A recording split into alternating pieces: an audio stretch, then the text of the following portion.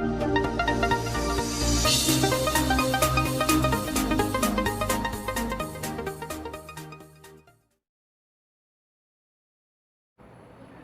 Students, welcome to Chaturvedi classes. आज हम लोग पढ़ने जा रहे हैं हमारे क्लास 10th का topic pair of linear equation in 2 variables और उस पर बेस्ड क्वेश्चंस। सबसे पहले हम ये समझ लेते हैं कि लीनियर इक्वेशन इन 2 वेरिएबल्स क्या होता है।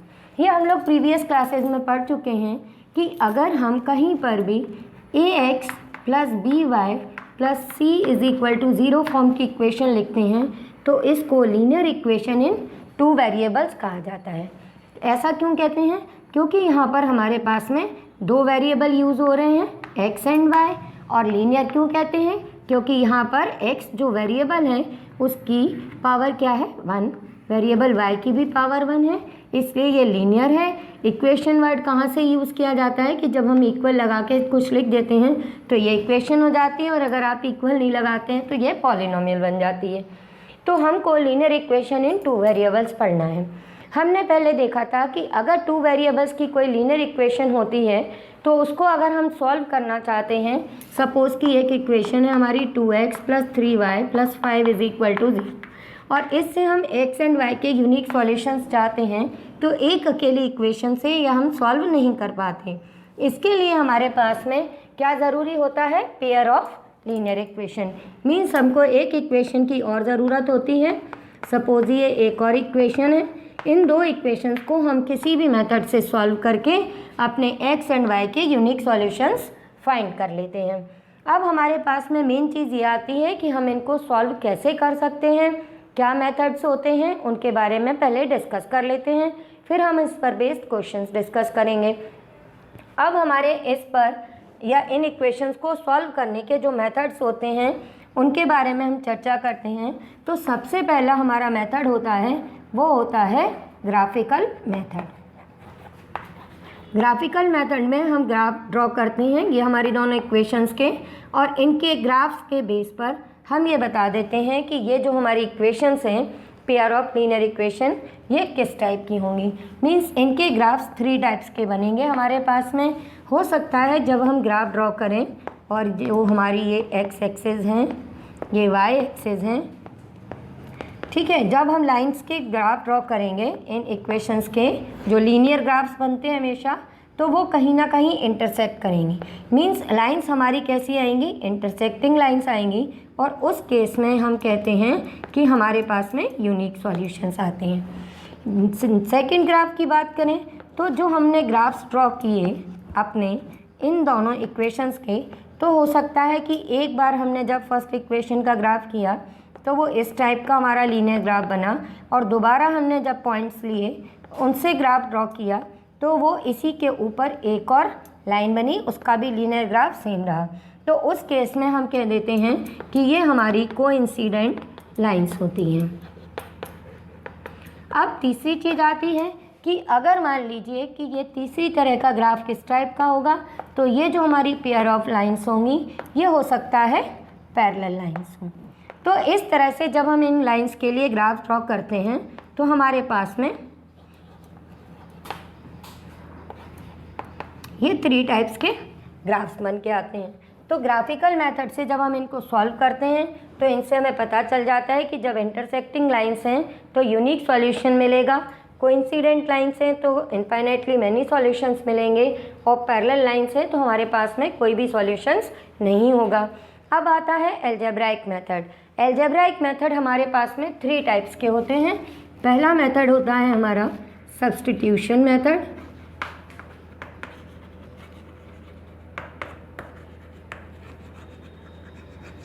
सेकेंड मेथड होता है हमारा एलिमिनेशन मेथड,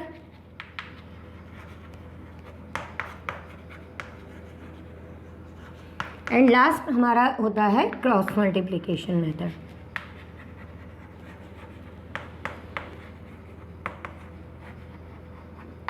ये सभी हमारे एल्जेब्राइक मेथड्स होते हैं। तो इन सभी को हमको इस चैप्टर में पूरा का पूरा डिस्कस करना है। सबसे पहले अब हम ग्राफिकल मेथड पर बेस्ड क्वेश्चन लेंगे जो हमारी सीबीएसई और एमपी बोर्ड की एक्सरसाइज 3.1 का फर्स्ट क्वेश्चन है। हमारा क्वेश्चन क्या है, पहले हम ये डिस्कस कर लेते हैं। क्वेश्चन है हमारा, Aftab tales his daughter 7 years ago I was 7 times as old as you were then. Also 3 years from now shall be 3 times as old as you will be. Isn't it this interesting? Represent this situation algebraically and graphically. Question आपको समझ में आ गया होगा कि आफ्ताब और उसकी daughter की conversation है, जिसमें आफ्ताब ने बोला है कि 7 years ago मैं तुम्हारी एज से 7 टाइम्स हो जाऊंगा एंड आफ्टर 3 years मैं तुम्हारी एज का 3 टाइम्स हो जाऊंगा। इस क्वेश्चन को हमको किस तरह से करना है, एल्जेब्राइकली भी बताना है और ग्राफिकली। एल्जेब्राइकली के लिए हम सबसे पहले इक्वेशन बनाएंगे। इक्वेशन हमको मालूम है, दो लोगों की कन्वर्सेशन है, तो दोनों में किस चीज़ के बारे में वेरी हो रहे हैं, आफ्ताब की एज और उसकी डॉटर की एज। तो हम इससे क्वेश्चन को अपने को स्टार्ट कर देते हैं। हम सबसे पहले क्या करते हैं, क्योंकि ये 2 वेरिएबल्स की इक्वेशंस है, तो हमको पहले 2 वेरिएबल ढूंढने हैं। 2 वेरिएबल ढूंढने हैं तो हम लिख देंगे let the age of Aftab be x years. हमको किसी भी क्वेश्चन को सॉल्व करते टाइम जो वेरिएबल यूज़ कर रहे हैं उसकी यूनिट ज़रूर लिखनी चाहिए। यहाँ पे एज की बात है इसलिए हमने ईयर्स लिखा है। फिर हम लिख देंगे एज ऑफ हिज डॉटर, ये लिया हमने y ईयर्स। ओके, अब जब भी आप कभी भी ऐसे क्वेश्चन सॉल्व करते हैं तो आप इसमें कंडीशनल क्वेश्चंस हों तो उन कंडीशन के लिए भी पहले ही निकाल लीजिए। जैसे यहाँ लिखा है 7 years ago, तो अब हम लिखेंगे now 7 years ago age of Aftab, age of Aftab. अब 7 years ago आफ्ताब की एज क्या हो जाएगी, x माइनस 7 years, ठीक है ना। फिर हम निकालेंगे age of daughter, age of daughter हमारी क्या हो जाएगी, ये हो जाएगी y माइनस 7 years। ये बात समझ में आ गई। जैसे आज आपकी एज 10 है, तो अगर कोई आपसे पूछता है 7 years ago तो आप 10 - 7 कर दोगे। यहाँ पर x लिया है इसलिए हमने x माइनस 7 कर दिया। अब हम अपनी इक्वेशन बनाएंगे, तो अब हम लिखेंगे अकॉर्डिंग टू द क्वेश्चन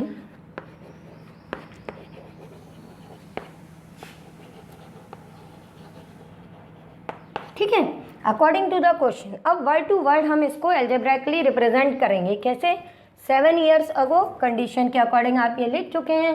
अब आई मीन्स आफ्ताब अपने बारे में बता रहे हैं, तो आफ्ताब की आई के जगह पर हमको आफ्ताब की एज लिखनी है, जो क्या है अपनी x minus 7। Was were then will be, आपको मालूम है इसको रिप्लेस हम इक्वल से कर देंगे। 7 टाइम्स मतलब हो गया 7 मल्टीप्लाइड बाय, और एज ओल्ड एज यू यानी कि वो अपनी डॉटर से बोल रहा है, यानी 7 मल्टीप्लाइड बाय y माइनस 7। इससे हम अपनी इक्वेशन फॉर्म करेंगे तो ये हमारी आ जाएगी 7y माइनस 49। इसको हम लोग स्टैंडर्ड फॉर्म में लिखेंगे तो ये हो जाएगी x minus 7y minus 7 plus 49 is equal to 0, then x minus 7y plus 42 is equal to 0। इस तरह हम अपनी पहली इक्वेशन फॉर्म कर लेंगे। क्योंकि ये लीनियर इक्वेशन इन 2 वेरिएबल्स है तो अब हम अपनी दूसरी इक्वेशन बनाएंगे। अब सेकंड इक्वेशन के लिए हम इसकी क्वेश्चन की सेकंड कंडीशन को देखेंगे। इसमें लिखा है 3 years फ्रॉम नाउ, तो जैसे हमने 7 years अगो के लिए एज निकाली थी, अब यहीं पर हम इसको 3 years फ्रॉम नाउ में चेंज कर देते हैं। तो अब एज ऑफ आफ्ताब जब 3 years के लिए निकाल रहे हैं तो ये क्या हो जाएगी x प्लस 3। आज से जब हम 3 साल बाद की बात करेंगे तो ये हमारी एज जितनी भी है आज वो प्लस 3 हो जाएगी। ठीक है, अब अकॉर्डिंग टू द क्वेश्चन हम अपनी अगली इक्वेशन बनाएंगे। एक इक्वेशन हमारी बन चुकी है, वो है x minus 7y plus 42 is equal to 0। अब हम अपनी सेकेंड इक्वेशन बनाने जा रहे हैं, तो हम फिर से वही लिखेंगे अकॉर्डिंग टू द क्वेश्चन।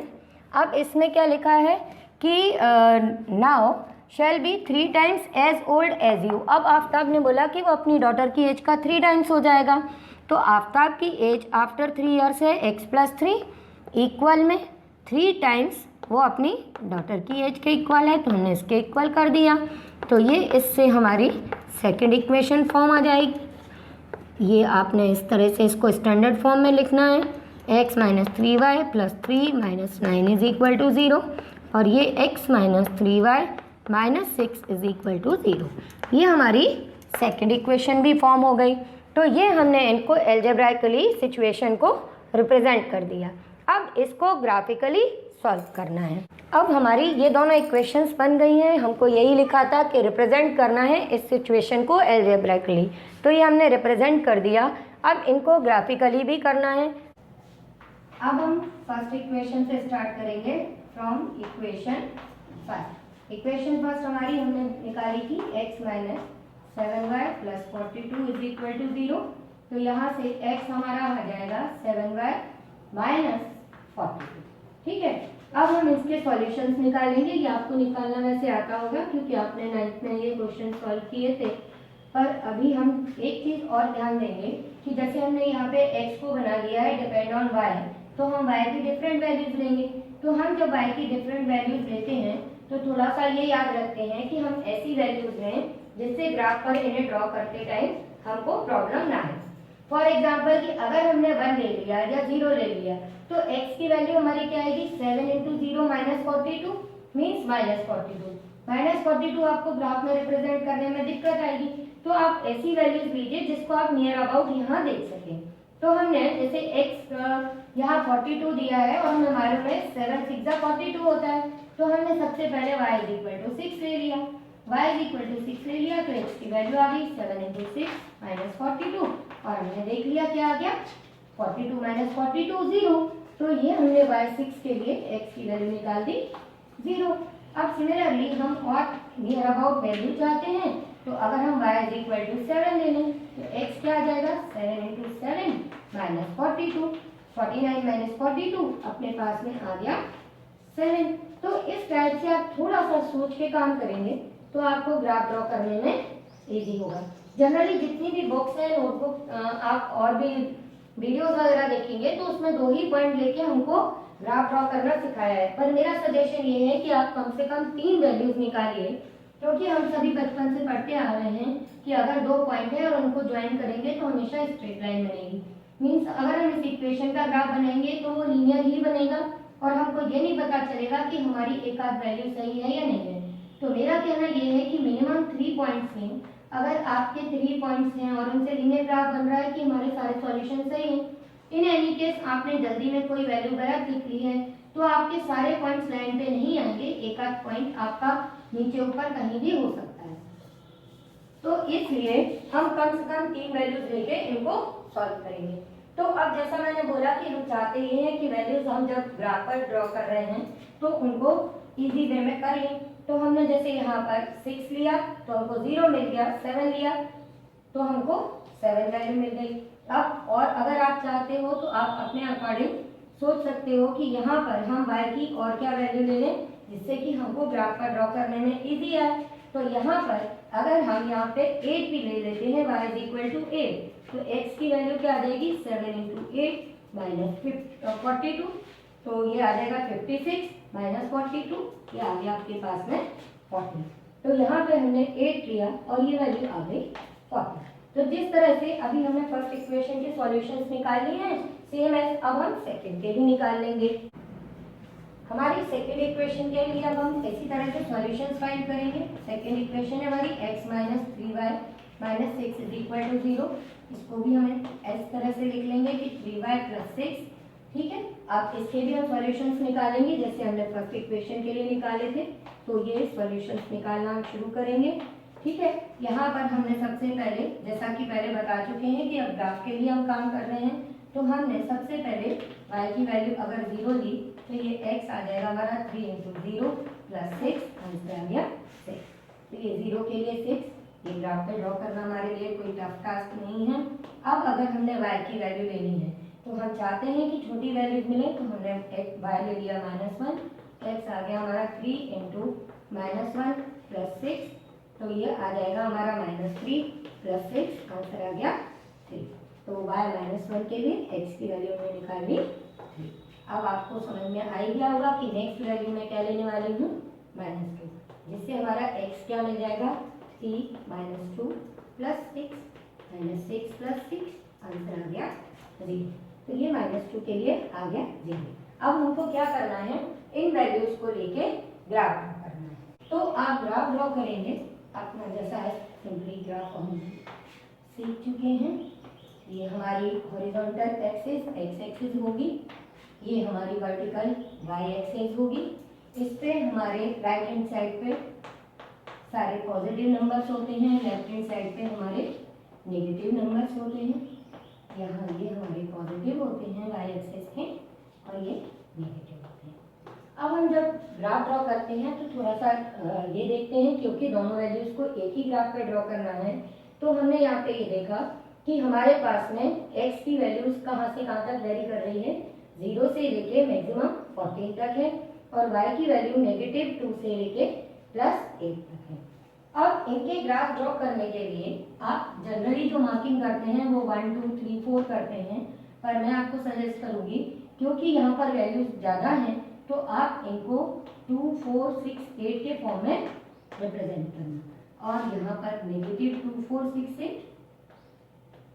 इससे क्या है कि आपको ग्राफ ड्रॉ करेंगे तो इजीली आपको यहाँ पे पॉइंट्स मिल जाएंगे और आपका ग्राफ भी छोटा नहीं पड़ेगा। सिमिलरली आप y एक्सिस में भी ले सकते हैं और फिर इनको लेके आप ग्राफ ड्रॉ करेंगे। जब आप ग्राफ ड्रॉ करेंगे तो आपके पास में ये जो वैल्यूज आएंगी, वो ये जो वैल्यूज हैं इनसे जब आप ग्राफ ड्रॉ करोगे तो आप किस तरह करोगे, x0 के लिए y की वैल्यू 6, x0 के लिए y की वैल्यू 6, ये आपका पॉइंट मिल जाएगा। फिर x7 इनके बीच में आएगा, x7 के लिए y की वैल्यू 7 कुछ इस तरह से मिलेगी, और फिर x14 के लिए y की वैल्यू 8 जो हमारी यहाँ पे ही मिलेगी। मैं अप्रॉक्सीमेटली बना दे रही हूँ, आप लोग एग्जैक्ट आप अपनी नोटबुक्स में बना दीजिएगा। फिर x के लिए यहाँ पर हमारे पास में 6 के लिए y की वैल्यू 0 है, तो ये पॉइंट हमारा यहाँ आएगा। x3 के लिए हमारे पास में y की वैल्यू -1 है, तो जो यहाँ कहीं आएगी, क्योंकि ये मेरा -2 -4 -6 है, तो इस तरह से ये मेरी वैल्यू आएगी। और फिर उसके बाद में x0 के लिए y की वैल्यू -2। तो जब आप इनके ये जो ग्राफ बनाएंगे जनरली वो इस टाइप से आएंगे जो यहाँ पर इंटरसेक्ट नहीं होंगे, पर आप जब इनको इंक्रीज करेंगे तो ये कहीं ना कहीं एक दूसरे को इंटरसेक्ट करेंगे। जहाँ इंटरसेक्ट करेंगे वहां से हम अपने इस x एक्सिस के ऊपर परपेंडिकुलर ड्रॉ कर देंगे। ये मैं अभी हटा देती हूँ और इसको थोड़ा सा एक्सटेंड कर देते हैं। हमको ये मालूम है क्योंकि किसी की हम एज फाइंड कर रहे हैं तो वो नेगेटिव वैल्यू नहीं होगी, तो ये कॉमन सेंस की बात है कि ये जो ग्राफ बनेंगे आपके हमारे सेकंड क्वाड्रेंट में भी इंटरसेक्ट नहीं करेंगे, थर्ड में भी नहीं करेंगे और फोर्थ में भी नहीं करेंगे। कहाँ करेंगे, फर्स्ट क्वाड्रेंट में। फर्स्ट क्वाड्रेंट में जब ये इंटरसेक्ट करेंगे तो जहाँ पे ये इंटरसेक्ट करते हैं हमारे, वहां से आप क्या कीजिएगा, x एक्सिस के ऊपर परपेंडिकुलर ड्रॉ कीजिए और यहाँ से y एक्सिस के ऊपर भी परपेंडिकुलर ड्रॉ कीजिएगा। जब आप परपेंडिकुलर ड्रॉ करेंगे तो ये x एक्सिस पे जिस पॉइंट पे इंटरसेक्ट करेगा वो हमारी x की वैल्यू होगी। अभी मुझे मालूम है ये वैल्यू आपकी 42 पे इंटरसेक्ट होगी और जो y एक्सिस पे इंटरसेक्ट करेगी वो 12 पे होगी। तो इस तरह से ये हमारे सॉल्यूशंस मिल जाएंगे, x = 42 और y = 12। ठीक है, अब इन वैल्यूज को लेके हम एंड में अपना आंसर किस तरह से लिख के आएंगे, ये नहीं लिख के आएंगे कि x12 है y12 है, वो x42 y12 है। हम आंसर लिख के आएंगे एज ऑफ आफ्टर, ये आपके पास में आएगी 42 ईयर्स और एज ऑफ हिज डॉटर ये हो गई 12 ईयर। इस तरह से आपको इस क्वेश्चन को सॉल्व करना है।